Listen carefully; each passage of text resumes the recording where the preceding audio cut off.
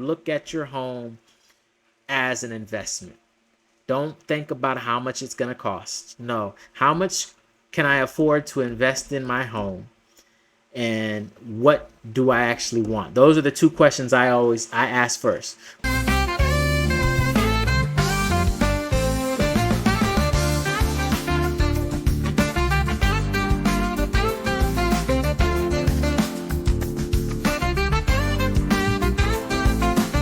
That's why you want to invest in your home. And a lot of times, a cheaper upfront cost translates to a shorter life cycle. So that means you're going to have to replace that sooner.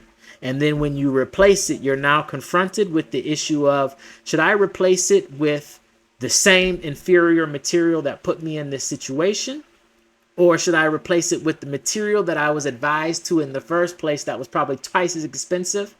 And depending on your situation, you might be like, hey, I'm not in a position to do that now, so let me buy the inferior again and deal with it in a couple more years. When again, if you could have made that more substantial upfront investment, you would have been covered for this. And that's why I advise to look at your home as an investment.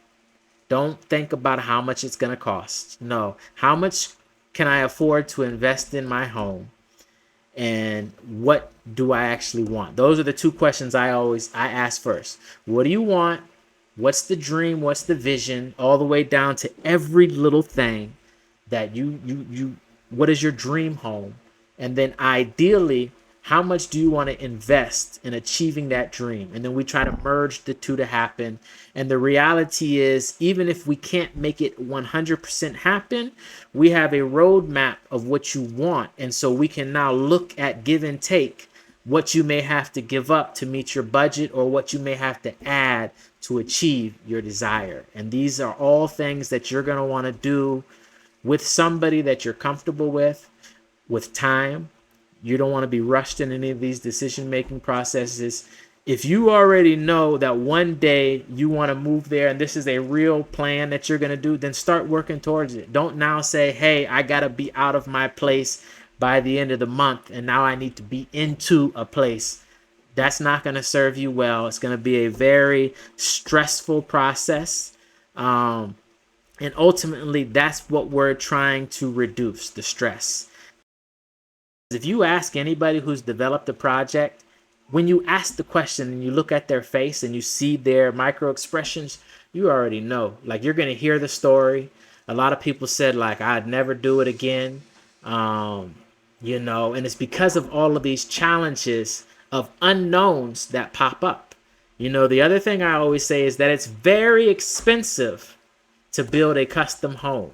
It might not cost a lot, but it's very expensive. Think about that for a minute. It might not cost a lot of money, but it's very expensive. What do you mean by that? There's so many expenses that you're going to incur, hundreds of expenses, that every day you're going to be buying something. You're going to be sending money. You're going to be told you need something every day, that it's going to feel, even if those expenses doesn't amount to much.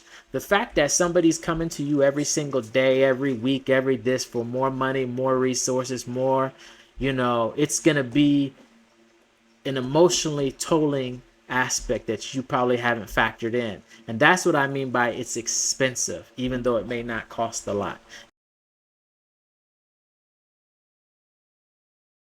If you are seeking assistance, I would definitely love to see you reach out to me for a consultation or a conversation. Again, it just depends on what you're trying to do. If you are a destiny helper, you're in a position to help my projects or my vision or anything along those lines, I'm looking for you as well. Again, as much as I'm telling you that you need to develop a team, it's something that we all need to do. We all need to have teams that can help us fulfill our goals, teams that we can trust and work together with. It's very, very important to have a team that you trust, that you can work with, who you can lean on when you need to, and who you can support, and who you can be there for the way you would want somebody to be there for you.